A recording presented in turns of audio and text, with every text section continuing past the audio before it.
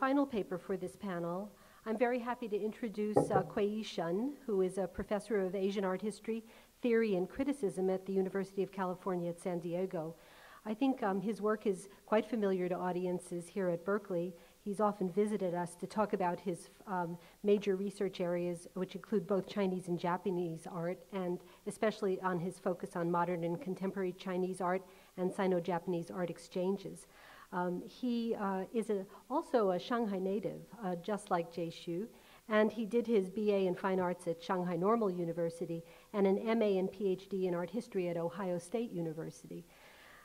It's extremely interesting to see that his early career actually was in publishing, and he worked for a number of years at Shanghai People's Fine Arts Publishing House before coming to the United States to pursue his graduate work. He's the author of so many books that if I started to read the titles to you, it would probably take up all the time we have for this panel. But I just wanted to name a few because they really do span a period of exhibition that introduced contemporary Chinese art to American audiences. And they include A Century in Crisis, Tradition and Modernity in the Art of 20th Century China, Between the Thunder and the Rain, Chinese Paintings from the Opium War to the Cultural Revolution, Word and Meaning, 6 Contemporary Chinese Artists, and to skip over a whole bunch and to come to the ones that are now in press and about to come out, we're looking forward to seeing 2 books, Arts of Modern China, Social Networks in Republican Shanghai, and Literature in Line and the Challenge of Modernity, Chinese Painting of the Late 19th and Early 20th Centuries. Today his topic is Art and Social Networks in Republican Shanghai. Let's welcome him. Well, thank you very much, Professor Bird.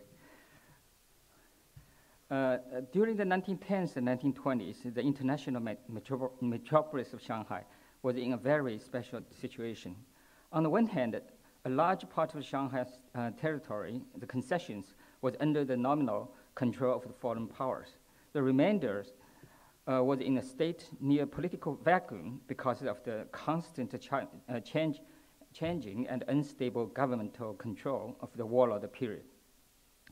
In this very special circumstance, Shanghai's Chinese social elite, along with the various organizations they formed, wove a social net that became an alternative site of the political power, and that dominated the city's social, cultural, and economic functions.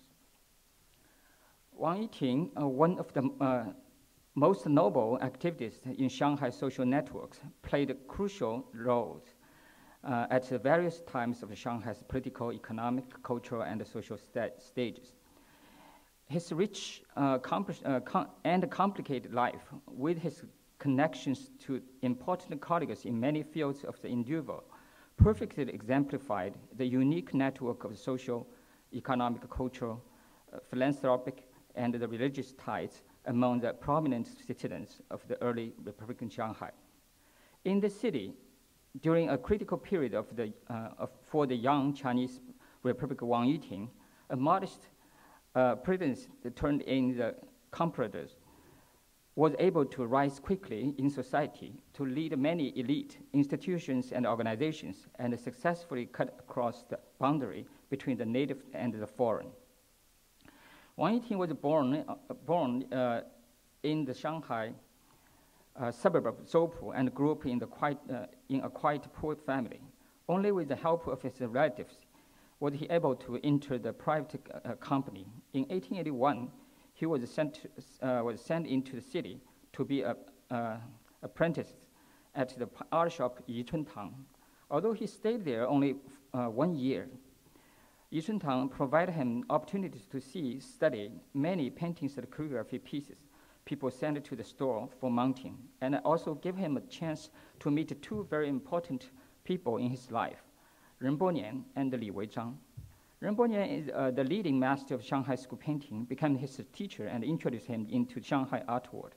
Li Weizhang recommended him to enter the Shenyu Qianzhuang, a traditional Chinese bank, which set a foundation for his future business career in Shanghai.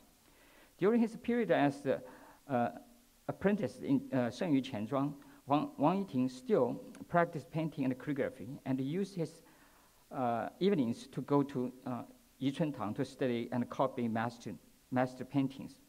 It is said he also went to the Guangfang Yanguan to learn English. His language study seems to indicate an ambition to expand his associations not only outside of Shanghai, but outside China itself. By the beginning of the 20th century, when Wang was in his early 30s, he was already an important person in the Shanghai business world, tying his activities into a variety of the interlinked social networks, investing in the field of the banking, commerce, and the industry, befriending men of culture, and doing business with Japanese. 1902 was a turning point in Wang's business career. He became the comprador of the Japanese firm Osaka Shipping Company in Shanghai.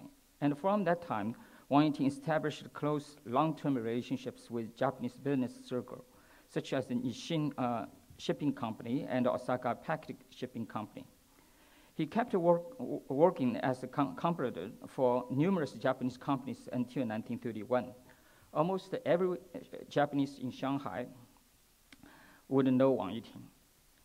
He was also the president of the Shanghai Spring Silk Company, which was owned by the Mitsui Bank, and the board member of many companies and factories. After he opened the Tongtai Qianzhuang in 1908, Wang Yingting started to spread his influence in the banking industry.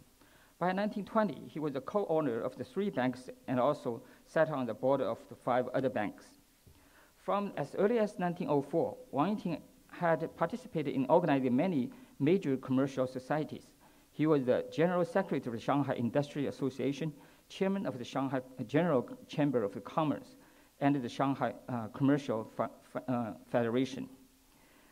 By the end of the 1920s, with his increasingly widespread social networks and vast wealth, Wang Yingting had reached unimaginable heights in the Shanghai business world.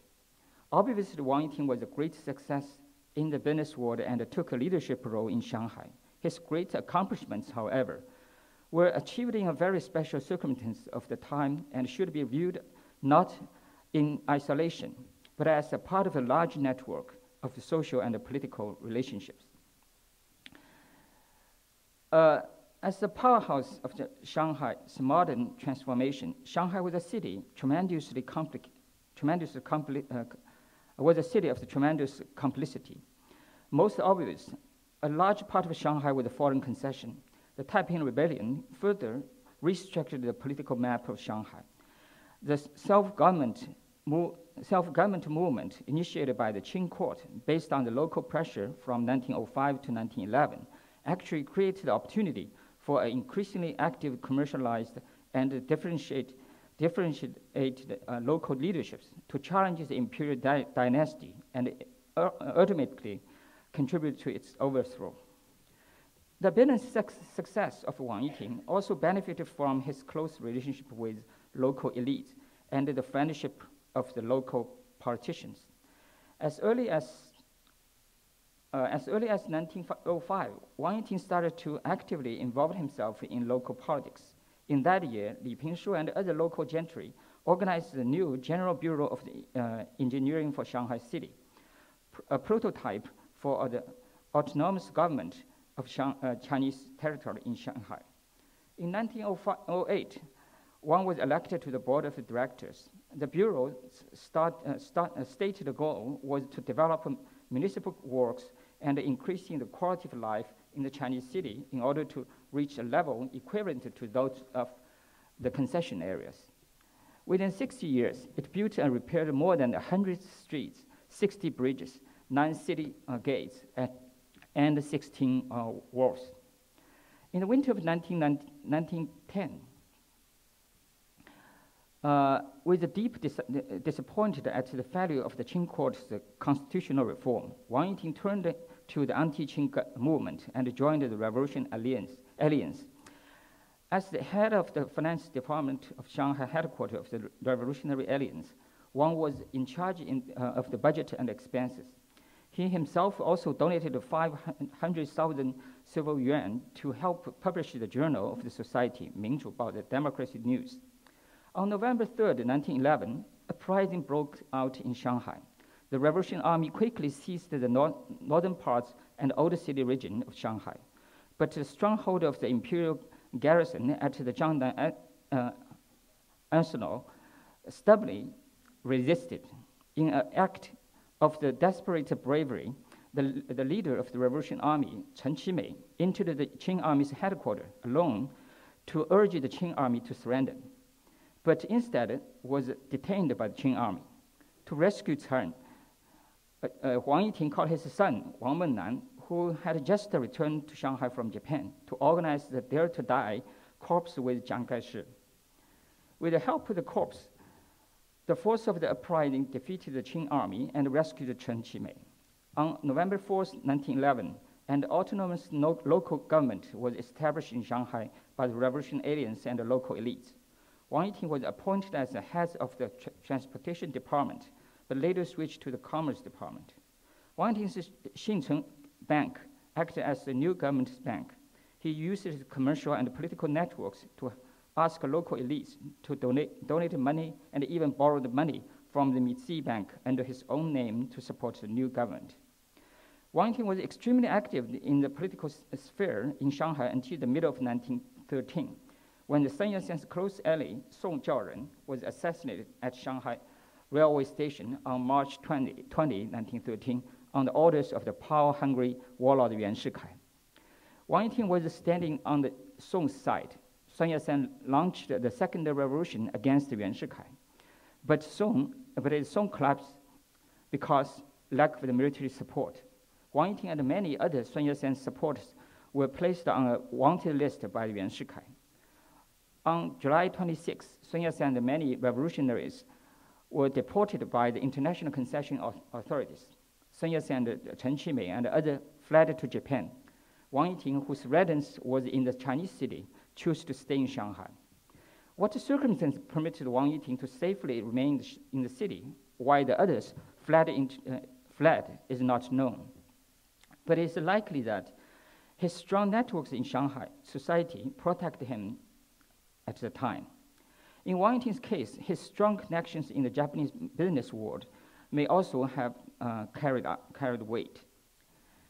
He subsequently avoided direct political activities, but supported his courses through the power of his wealth. This period of rapid change saw China's local leaders both reacting and capitalizing on ever new sets of the political relationship within a constantly changing national context. This period between 1913 and 1927 was the golden age of the local elite leadership.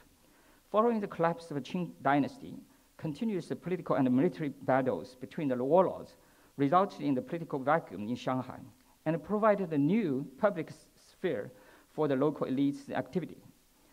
Local elites leaders devoted their energy to build up their own areas. The results were the burst of the municipal work, such as the road building, hospital construction, land surveying, new business venture, and other projects.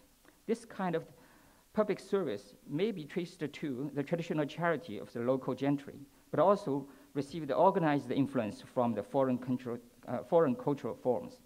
In this process, the Shanghai elites came to play a leading role.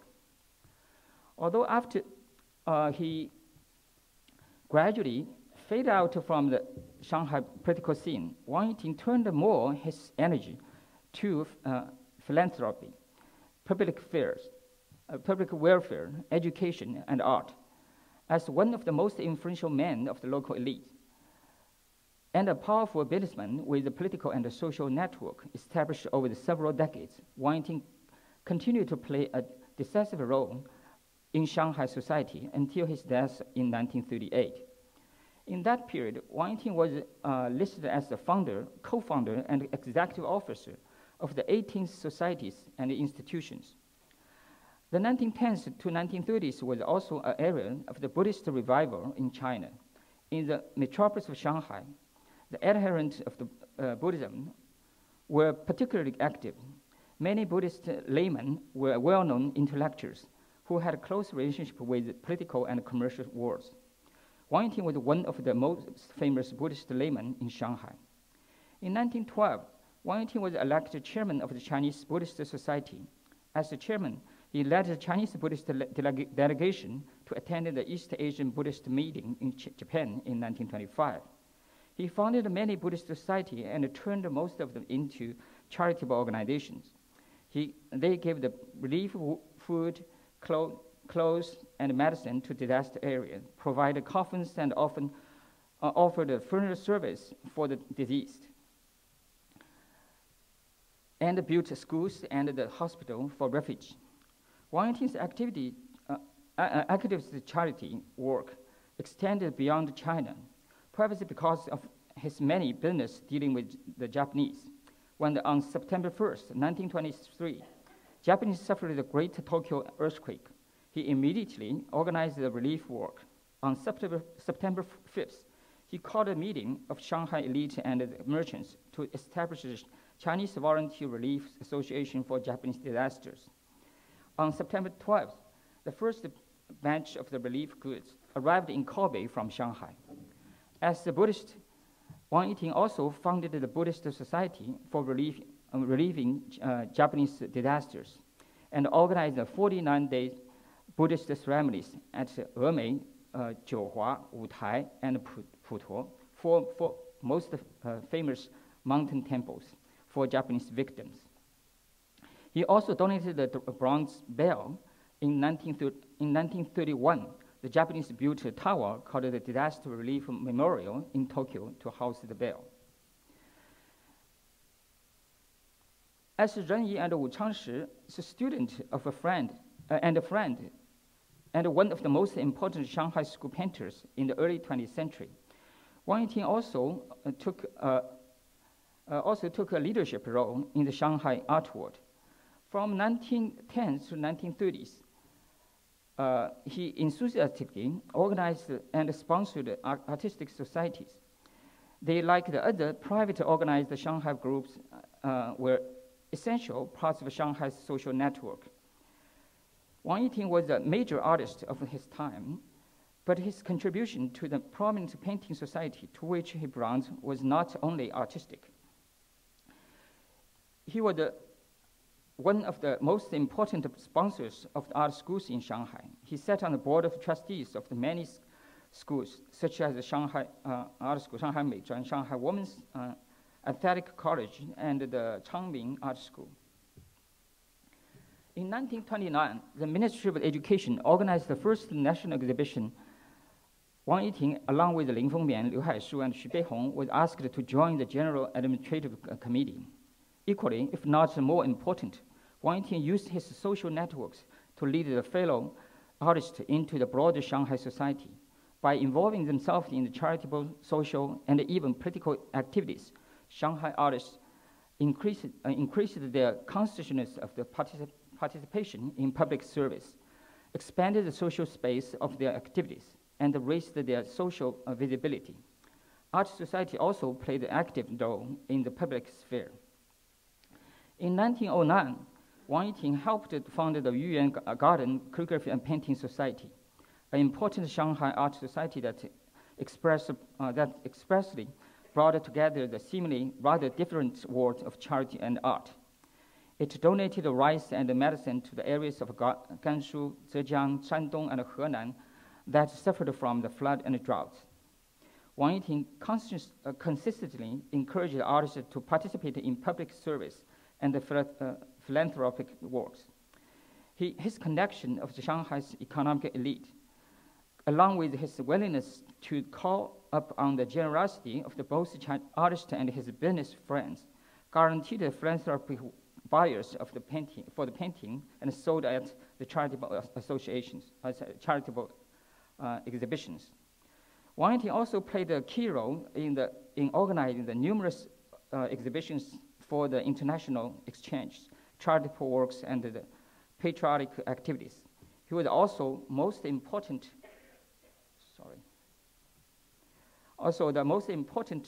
the promoter of the teachers and friends Wu Changshi art in Japan. With his network in the Japanese community of Shanghai, as well as in Japan, Wang Yingting introduced many Japanese friends and scholars, artists, businessmen to Wu Changshi. Although he maintained a close personal friendship with many Japanese, When the Sino-Japanese War broke in 1931, the Japanese army invaded the northern province of China. Wang Yinting resigned all his position in Japanese companies, ceased his work as a comprador, and joined the National Salvation Movement. He organized the painters to donate the paintings in a series of fundraising exhibitions to support the volunteer armies and hundreds of thousands of refugees flee to Japanese annexation of the Manchuria. And All China Artists Society for Support of the Northeast Volunteer was established on December 16, 1932, with Wang Yinting as the chairman. As an outstanding painter, Wang Yinting was a proficient in painting figures, birds and flowers, and animals, and particularly renowned for his Buddhist figures and his dragons and cranes. His brushwork was executed with a fluent and choreographic approach. He studied painting with Xu Xiaocang and Ren Yi. In his early years, after Wu Changshi eventually settled in Shanghai in 1913, he started to study with Wu Changshi. Some of his work showing the gracefulness and richness of Ren Yi, others show the simplicity of the vigor of Wu Changshi. Yet Wang Yinting was also a Buddhist philanthropist and also political and social activist who often used his own paintings to help people. How could a figure as Wang Yinting then appeared? The nature of his activities may have been unique to his period, made it possible by the political power vacuum in the late Qing and the early Republican era. The power vacuum had two principal causes: the weakness of the Qing regime, which led to the launch of the local self-government movement and eventually led to the collapse of the court itself, and the ongoing warlord battle of the early Republican era. Shanghai's Chinese territory thus had no stable city government, and in its politically chaotic situation, different Shetuan or society emerged. They took over many government functions, such as the public works. Over the course of the late Qing and early Republican period, Shanghai developed in a unique way as a commercial metropolis, and the newly wealthy merchants come to enjoy the social status previously monopolized by the Confucian degree holders.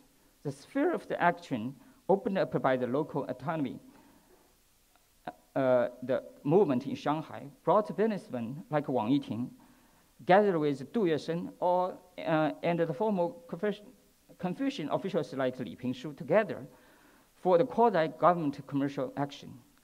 In the context of the treaty port environment, foreign models are emulated for the Chinese development, particularly in the forming a new social structure and developing public works. Businessmen come to play a larger role in the public service. But this involvement gradually shifted to a more political role as the commercial society became the prototype for the local government, or in a sense functioned as a shadow government. Finally, the personal character of Wang Yinting, the man, played a large role in establishing and maintaining the certain social networks. He was a modest and kind, and by all counts, he must have also been a very friendly person. When able to actively reach people in a range of social and professional worlds. In 1927, Wang Yinting has been retired from the politics for more than 15 years when the Northern Expedition Troop crushed the communist-led workers' uprising in Shanghai and established a nationalist government in Shanghai. The nationalists then called up Wang Yinting to assume the chairmanship of the Shanghai Advisory Council. Although this proved the empty and powerless title, this episode shows the Kuomintang sought to use Wang Yinting's reputation to legitimate themselves. One undeniable background element to which this can be attributed is the early friendship between Chiang Kai-shek and the Wang family. Similarly, in 1937, after the Sino-Japanese War and had expanded the most parts of China, a rumor began circulating that the Japanese wanted Wang to serve as mayor of Shanghai puppet government. Although Wang Yinting fled to Hong Kong, avoided the situation, and did not survive to resolve it, it demonstrated that invading Japanese also hoped to use his social networks to control Shanghai. Upon his death in 1938, Jiang Kai sent the bodily brushed couplet, which was hanging in the center of the Wang's funeral hall. It explicitly praised Wang Yiting's stubborn refusal to cooperate with the Japanese, despite the physical fragility and illness that ultimately took his life. Jiang wrote, "In the middle of the buffeting wind and rain, you still stand straight and firm. After the country is returned to the order and peace, I will return to mourn you again." Wang Yiting's story, including his many good works, could be the beginning of the tale about the benevolent Confucian in the pre-modern Chinese social network. However, the circumstances of Wang Yiting's life and the time, both geographically and chronologically, gave him the much larger stage for his activities and produced a more significant impact on the many social groups with which he associated. He was both a product of the unusual time and equally important, a powerful shaper of the new Shanghai in which he lived. Thank you very much.